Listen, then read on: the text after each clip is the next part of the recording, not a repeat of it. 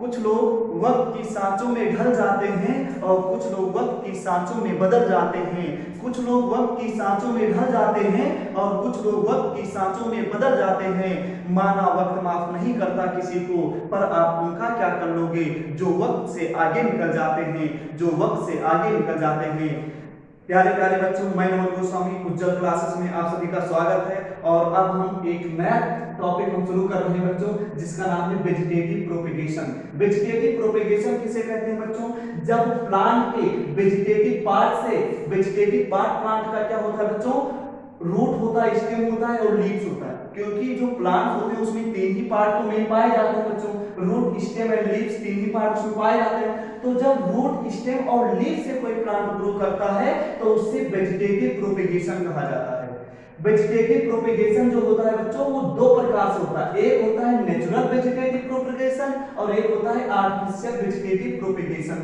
जो natural vegetative propagation होता है वो लीव्स के द्वारा भी हो सकता है और स्टेम के द्वारा भी हो सकता है और रूट के द्वारा भी हो सकता है। और बच्चों एक चीज विशेष ध्यान रखिएगा, इसमें क्या होता है कि plants reproduce without the help of human being. इसमें ह्यूमन बीइंग जो होते हैं इंक्लूड नहीं होते।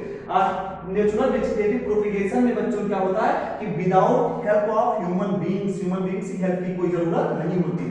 तो लीफ से बच्चों कैसे प्लांट ग्रो करते हैं? जो लीफ होता है, ये पत्ती मैंने बनाया बच्चों, leaves of the some point, जो लीफ के कुछ पॉइंट पे बड्स पाए जाते हैं ऑन द मार्जिन। इस मार्जिन पे बेटा क्या पाए जाते हैं? बड्स पाए जाते हैं और इसी बड से न्यू प्लांट क्या हो जाते हैं?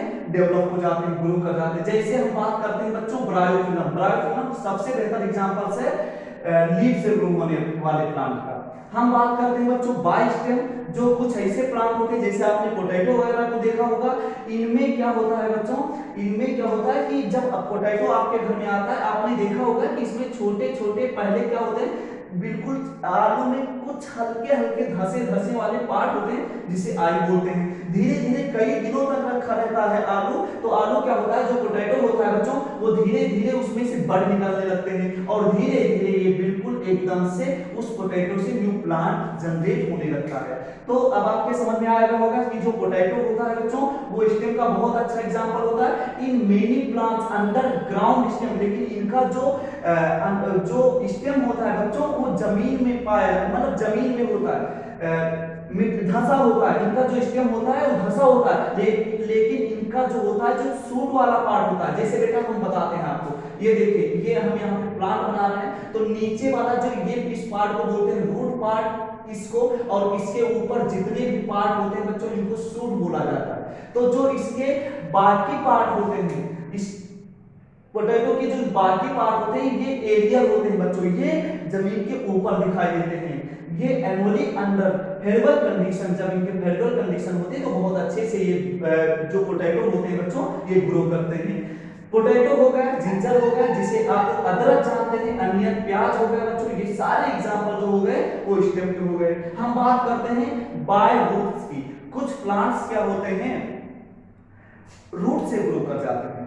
तो रूट प्रोड्यूस एडवेंटेजियस बड्स, इसमें भी बड्स प्रेजेंट होते हैं बेटा, डेवलप इनटू न्यू प्लांट, और उसी बड से न्यू प्लांट ग्रो कर जाते हैं। जैसे हम यहाँ पे बात करते हैं, यहाँ पे मैंने एग्जांपल लिखा है बच्चों स्वीट पोटैटो। ध्यान दीजिएगा, पोटैटो स्टेम है और स्वीट पोटैटो एक प्रकार का रूट है।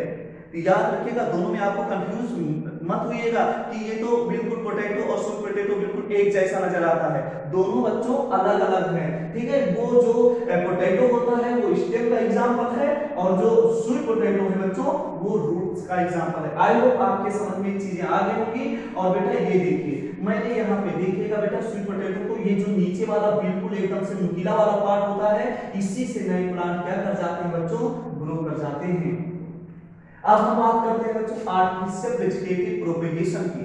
जो आर्टिफिशियल वेजिटेटिव प्रोपेगेशन होता है इसमें इंक्लूड ह्यूमन बीइंग, इसमें क्या होते हैं ह्यूमन बीइंग्स के इन्वॉल्वमेंट में ये इनमें प्रोपेगेशन होता है बच्चों। जैसे हम बात करते हैं कटिंग की, तो आपने देखा होगा किसी के घर आप जाते हैं तो आपको देखते हैं कि एग्जांपल लेते हैं रोज उसका देखते हैं कि बहुत अच्छा फ्लावर उसमें लगा हुआ है और स्टेम भी बहुत बढ़िया बढ़िया उसमें ब्रांचेस निकली हुई हैं, तो आप क्या करते हैं, उनसे क्या मांग लेते हैं या बोलते हैं कि या आप खुद उसको कट कर देते हैं वहां से ब्रांच को और घर लेकर के आते हैं। लेकिन एक चीज मैं आपको बता देता हूं बच्चों कि जो रोज होता है, शुगर केन होता है, उसे कट करके हम ग्रो करा सकते हैं, लेकिन उसमें ह्यूमन का इन्वॉल्वमेंट जरूरी है। लेकिन जब तक उसमें भी बच्चों, यदि हम याद रखिएगा, जब हम स्टेम को काटें तो उसमें क्या होता है बच्चों, नोड होने जरूरी है बेटा। जब तक के लिए ये प्रोजेक्ट नोड नहीं होगा तब तक के लिए कोई भी हम कटिंग का प्लांट लेकर के आएंगे तो वो ग्रो नहीं कर सकता। इसका विशेष ध्यान रखिएगा कि उसमें नोड होना बहुत ही ज्यादा जरूरी है। तो कटिंग का एग्जांपल सबसे बेहतर होगा, रोज हो गया बच्चों, शुगर केन हो गया, ये सारे एग्जांपल क्या हो गए, ये सारे एग्जांपल कटिंग। बच्चों अब हम लोग ग्राफ्टिंग के बारे में पढ़ेंगे। जैसे कि ग्राफ्टिंग का एग्जांपल लेते हैं, जैसे आप चाहते हैं, आप यहाँ नींबू का, लेमन का पेड़ लगा और आप चाहते हैं कि उसमें मौसमी भी उसी नींबू के पेड़ में लग जाए, तो नींबू का भी मजा ले, मौसमी का भी मजा ले, तो इजीली से हो सकता है बच्चों। क्या करेंगे, मौसमी के प्लांट का स्टेम को कट करके हम क्या करेंगे, लेमन के प्लांट के स्टेम में हम उसे इंसर्ट कर देंगे। उसको कट करके जो लेमन का जो स्टेम होगा उसे कट करके उसमें हम इंसर्ट कर देंगे और थोड़ा सा हम उसे बाइंडिंग कर देंगे। और फिर धीरे धीरे क्या होगा, जो हम नया वाला स्टेम लगाए हैं लेमन में, तो नए वाले स्टेम से जो फ्रूट्स डेवलप होंगे वो सारे के सारे बच्चों मौसमी के होंगे। अब याद रखिएगा, जैसे आप रोज के प्लांट में देखते हैं कि बहुत सारे कलर के फ्लावर आ जाए, तो सारे कलर के फ्लावर के स्टेम आप उसमें इंसर्ट कर दीजिए अच्छे से और स्टेम को कट कर लीजिए और बाहर के जो आप जितनी वैरायटी के आप फ्लावर चाहते हैं कलर के, उन सारे स्टेम को बिल्कुल उसमें इंसर्ट कर दीजिए, थोड़ा सा बाइंडिंग कर दीजिए और आप देखेंगे कि आपके एक ही गुलाब के पेड़ से बहुत सारे टाइप्स के, बहुत सारे कलर के उसमें फ्लावर नजर आएंगे बच्चों। लेकिन ध्यान दीजिए, अब आप सोचते हो कि पपाया के पेड़ में, जो पपाया का पेड़ हो और पपाया के पेड़ में मैंगो डेवलप करा दें ग्राफ्टिंग के थ्रू, तो ये पॉसिबल नहीं है बच्चों, बिल्कुल पॉसिबल इसलिए नहीं है क्योंकि मैंने आपको बताया कि मौसमी और लेमन फैमिली एक होनी चाहिए, ये दो एक ही फैमिली से बिलोंग करते हैं, इसलिए पॉसिबल है। ठीक है, तो जो एक ही फैमिली से बच्चों बिलोंग करते हैं उसमें पॉसिबल है ग्राफ्टिंग।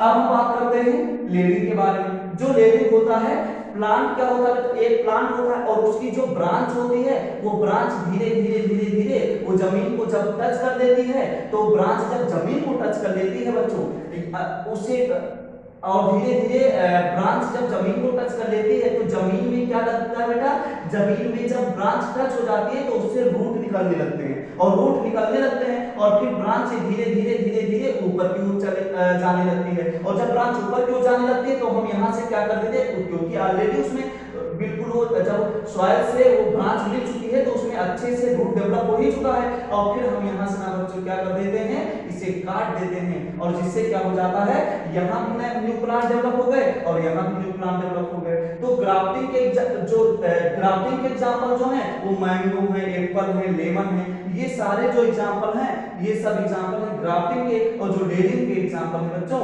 जास्मीन, हिबिस्कस, जिसे चाइना रोज वगैरह प्लांट के नाम से जानते हैं। तो आई होप आपके समझ में आ गया होगा कि कटिंग क्या होती है, ग्राफ्टिंग क्या होती है और लेयरिंग क्या होता है, और वेजिटेटिव प्रोपिगेशन के कितने पार्ट होते हैं, नेचुरल वेजिटेटिव प्रोपिगेशन और आर्टिफिशियल वेजिटेटिव प्रोपिगेशन, ये सारी चीजें क्या होती हैं। आई होप समझ में आया होगा। और मेरा नया नया बच्चों चैनल है, मेरे चैनल को लाइक करिएगा, सब्सक्राइब करिएगा, शेयर करिएगा, घंटी बजाना मत भूलिएगा। बाय।